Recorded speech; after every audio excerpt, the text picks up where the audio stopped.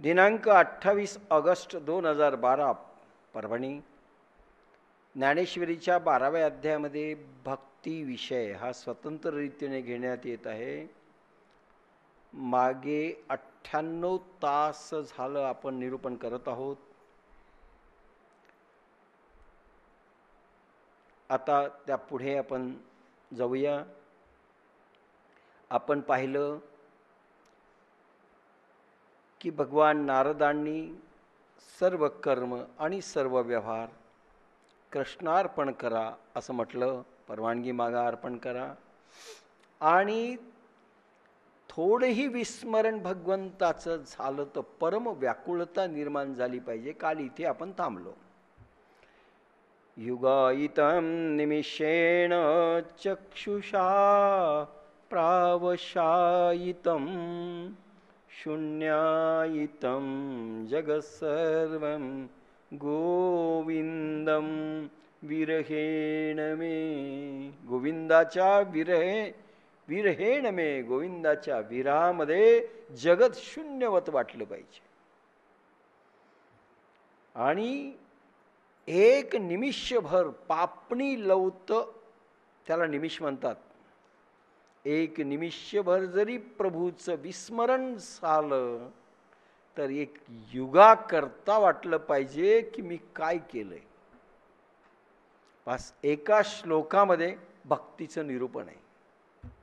एका श्लोकामध्ये की आपण कुठे आहेत.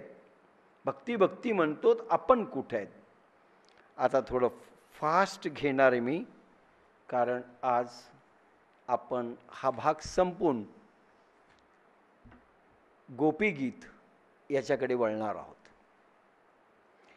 एक क्षण विस्मरण युगा समान भासते. नयनं गलदश्रुधारया वदनं गदगदरुद्धया गिरा पुलकेन्निंचितं वपुः कदा तव नाम ग्रहणे भविष्यति. गौरांग महाप्रभू. नयनं गलदश्रुधारया, नयनातून अश्रुधारा व्हायला पाहिजेत. कंठी प्रेम दाटे नयनी नीर लोटे. नाव असं नाही घ्यायचं कुत्र मागा लागल्यासारखं. कंठी प्रेम दाटे. केव्हा दाटतं? अरे प्रभूंनी मला क्षण दिलेला आहे. हा क्षण इतका मोलाचा आहे, हे श्वास इतक्या मोलाचे आहेत. प्रभू तुझी कृपा आहे आणि म्हणून गदगद झालं पाहिजे. थँक्स, मला संधी दिली. नयनं गलदश्रुधरया वदनं गदगदरुद्धया गिरा. त्याचंच भाषांतर तुकारामाने केलंय किंवा तुकाराम तिथे सपोर्ट देत आहेत. कंठी प्रेम दाटे नयनी नीर लोटे हृदयी प्रगटे राम रूप. नयनं गलदश्रुधारया वदनं गदगदरुद्धया गिरा पुलकैर्निचितं वपुः कदा तव नाम ग्रहणे भविष्यति. वेदव्यास पुन्हा म्हणतात. म्हणजे नाही, आता हे गौरांग महाप्रभूचं पुलके निचितं वपू.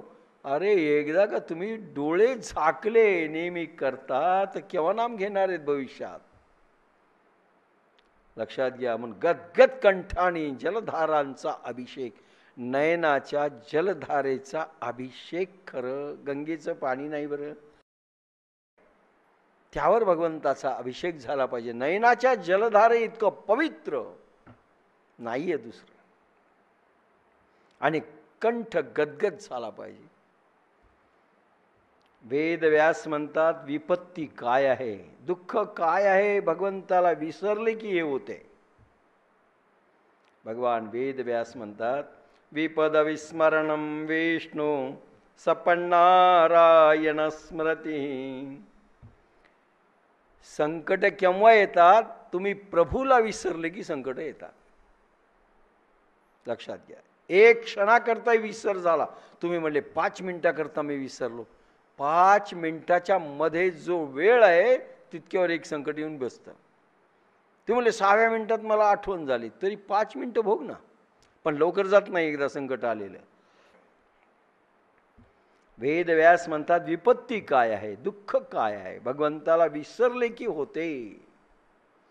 फक्त विस्मरण कोणी वाचू शकत नाही. वेदव्यास म्हणतात विपदम विस्मरणम विष्णू संपन्नारायण स्मृती.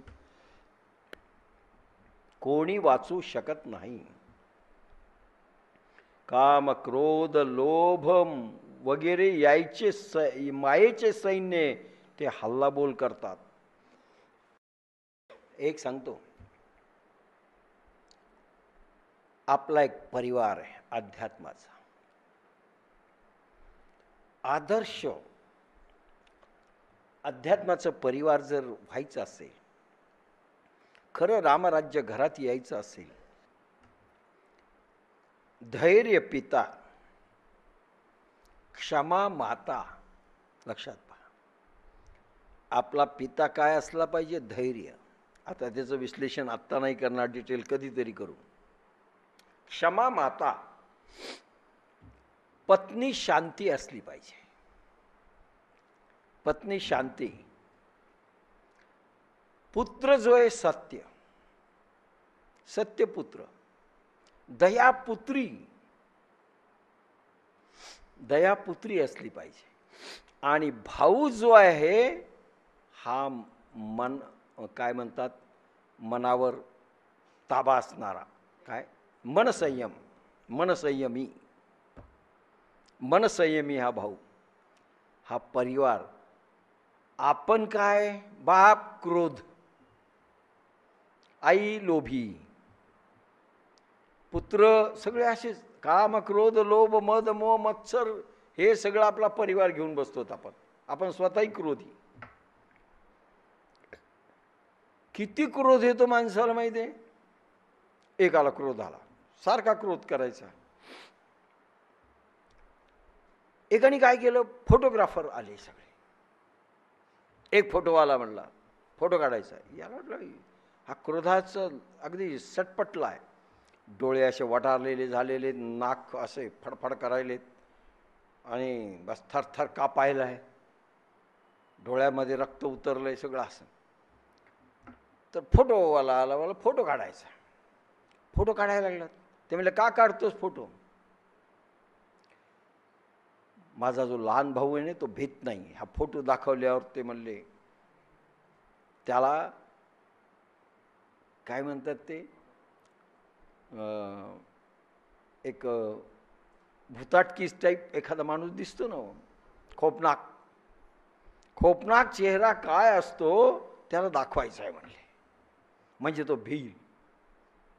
याच्याकडे त्याला वाटलं आपलं काय, आपण काय नट आहोत का काय, पब्लिसिटी करायलेत आपली. तो म्हणला हा खोपनाक चेहरा त्याला दाखवतो म्हणजे तो भील म्हणले. इतका क्रोध माणसाजवळ असतो. आपलं सगळं असंच आहे. राग आला की मारामाऱ्यापर्यंत, खुनापर्यंत जातात. का आजच्याच पेपरला बातमी, ॲटो रिक्षाचा धक्का लागला, बोसकलं, खून केला. दोघं असेच रागीट होते. त्याने त्याला शिवी दिली, त्याने त्याला शिवी दिली. बिहारकडची घटना आहे. हिंदीमध्ये शिव्या सुरू झाल्या. चल ये म्हणले मैदानात, तो म्हणला मैदानात ये. दोघंही हत्यारं घेऊन उतरले अगदी भर रस्त्यावर. मरेंगे मारेंगे बस. तो म्हणला मैं तेरा सर फोड दूंगा, तो म्हणला मैं तेरी टांग तोडूंगा आज. आणि अक्षरशः मारामारी सुरू झाली, युद्ध. तितक्यात एक जण आला, पळत पळत पळत पळत आला. थोडं थांबा, थोडं थांबा. आणि मारामारी सुरू झाल्या होत्या. छोडो बोले, बस खतम कर देंगे आज. त्यांनी एक पॉम्पलेट दिलं, हे वाचा आणि मग सुरू करा. दुसऱ्यालाही पॉम्पलेट दिलं, त्या दोघांनी वाचलं. वाचल्यानंतर दोघांनी मारामाऱ्या बंद केल्या. तो तिकडे गेला, तो तिकडे निघून गेला. अरे म्हणले हा कसं काय घटना घडली. लोक म्हणले आज इतका भयानक आज संग्राम आपण पाहणार होतो, आणि दोघं कसं काय गेले. त्याला विचारलं, बाबा तुम्ही देवदूत दिसता, काय होतं त्या पत्रात सांगा तर खरी ना. इतके रागीट, आज एकाचं टंगडं तुटणार होतं, एकाचं डोकं फुटणार होतं. खड्ड्यात गेलं म्हणले तुमचं सगळं. म्हणले काय झालं?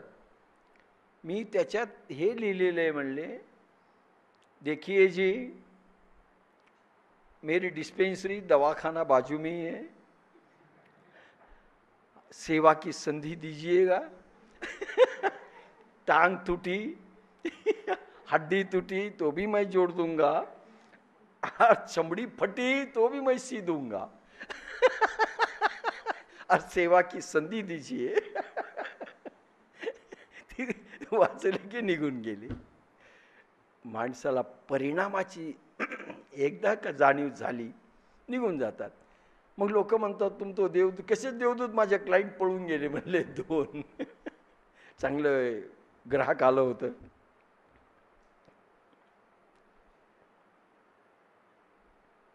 तर काय म्हणलं, काम क्रोध लोभ हे आपलं मायेचं सैन्य आहे, आणि खरं दैवी सैन्य हे मी आता सांगितलेलं. हे हल्लाबोल करतात. काम क्रोध लोभ मद मोह मत्सर, कह हनुमंत विपत्ती प्रभु सोई, जब सुमिरण भजन न होई. हनुमंतानं उपदेश केला. कह हनुमंत विपत्ती प्रभु सोई, संकट केव्हा येतात? जब सुमिरण भजन न होई. जेव्हा तुम्ही स्मरण थोडंही सुटलं प्रभूचं की संकट आले म्हणून समजा. कबीरा जब सब जग निर्धना, धनवंता नहीं कोय, धनवंता सोई जानिए, जाही प्रेम धन होय. कबीरदासजी श्रीमंत कशाला म्हणतात? कोणाला म्हणतात? कबीरा सब जग निर्धना, सगळे भिकारी आहेत, सगळे भिकारी आहेत जगात. अंबानी माहीत नाही, कबीर म्हणतात सगळे भिकारी आहेत. अंबानी असो की टाटा असो की बिर्ला असो. कबीरा सब जग निर्धना, धनवंता नाही कोय. अरे कोणी धनी मला दिसत नाही. धनवंता सोई जानिये, त्याला मी धनवंत समजेल. जाही प्रेम धन होय, ज्याच्याजवळ प्रेमाचं धन झालंय तो खरा श्रीमंत. बाकी सगळे भिकारी. मला सांगा, श्रीमंती आहे पण कोणीच विचारित नाही, कोणी बोलत नाही, प्रत्येकजण द्वेष करतो. काय करणार तुम्ही? आणि प्रेमाचा तुम्ही महासागर आहात. अरे सगळे प्रेम करायला तुमच्यावर एका शब्दा खातर उभे राहतात आणि जीव द्यायला तुमच्यासाठी तयार होतात. अरे काय त्या शिवानी फौज उभी केली. ही मावळे शेतकरी असणारे रुमणं टाकलं की तलवार हातात घ्यायचे. केवढी जीवाला जीव देणारी माणसं उभी केली. प्रेमधन, त्याचं कारण प्रेमधन. बाजी प्रभू देशपांडे 40,000 सैन्याशी खैबर खिंडीमध्ये नाही, याच्यामध्ये लढतोय औरंगजेबाच्या फौजेशी. 40,000. आणि शिवाजीला सांगितलं जोपर्यंत तोफाची आवाज येणार नाही तुम्ही पोचले तोपर्यंत मी माझा प्राण सोडणार नाही. जीवाला जीव देणारी माणसं. जीवबा असा जीवबा, एक जीवबा असं तवा गरम, त्याच्यावर सैन्य कसं जावं. शिवाजीला पंचायत आली. किल्ल्यामध्ये शत्रूच्या चढलो तर खरी आणि तवा गरम आहे. तो जीवबा म्हणला नाही, मी लोळतो म्हणले या तव्यावर, माझ्यावरून सैन्य जाऊ द्या, मी मरतो.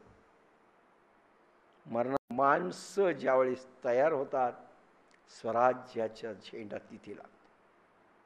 प्रेमधने युटेर युगायते त्वाम पश्यताम. एक क्षण युगाचा समान झाला पाहिजे. नारदाचे भक्तीचे लक्षण आहे एक क्षण विस्मरण. एक युग वाटलं पाहिजे. एक युग कमीत कमी 4.5 लाख वर्षाचं आहे. विनाकारण आपण 4.5 लाख वर्ष घालवलं. एका क्षणाची किती किंमत आहे आपल्याला काही नाही. आज काय केलंय? काही नाही. उद्या काय करणार? काहीच नाही. काही नाही. कशाचीच किंमत नाही आपल्याला. युटीर युगायते त्वाम पश्यताम. भक्तीचं लक्षण नारदांनी सांगितलं. एक क्षण एक युग. संपलं म्हणून समजा. अनन्य भक्ताला योगक्षेमाची चिंता नसावी. प्रभू कधी येईल? कधी मला कधी मदत करेल? म्हटलंय ना भगवद्गीतेमध्ये योगक्षेम नवाम्यम. आणि आम्हाला तर काही येत नाहीये. चिंता करू नका.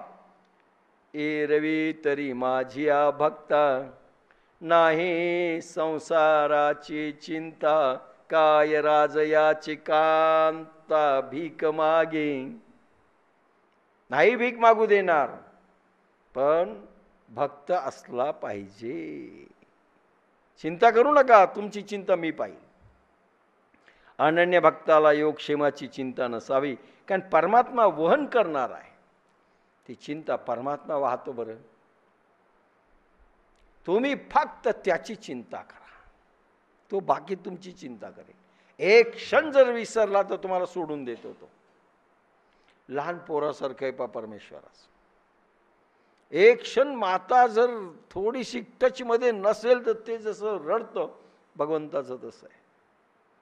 एक क्षणाचा त्याला विरह भक्ताचा सहन होत नाही. आणि भक्तालाही होऊ नये. त्याला भक्ती म्हणतात, त्याला प्रेम म्हणतात.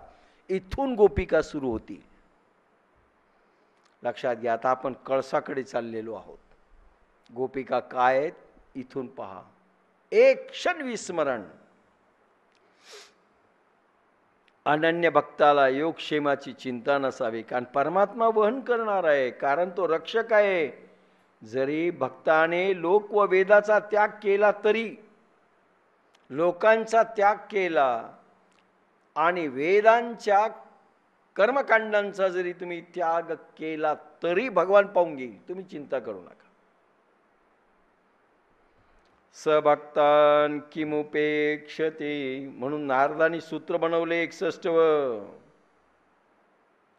लोकहानो चिंतान कार्या निवेदितात्म लोकवेदत्वात्. ठराविक सूत्र घेतलेत बरं का, सगळे नाही. कारण आपण घेऊन टाकलेले आहेत, पण शास्त्रांमध्ये त्याचे सपोर्ट काय काय मिळतात त्याच्यासाठी मी घेतोय. थोडेच घेतलेत.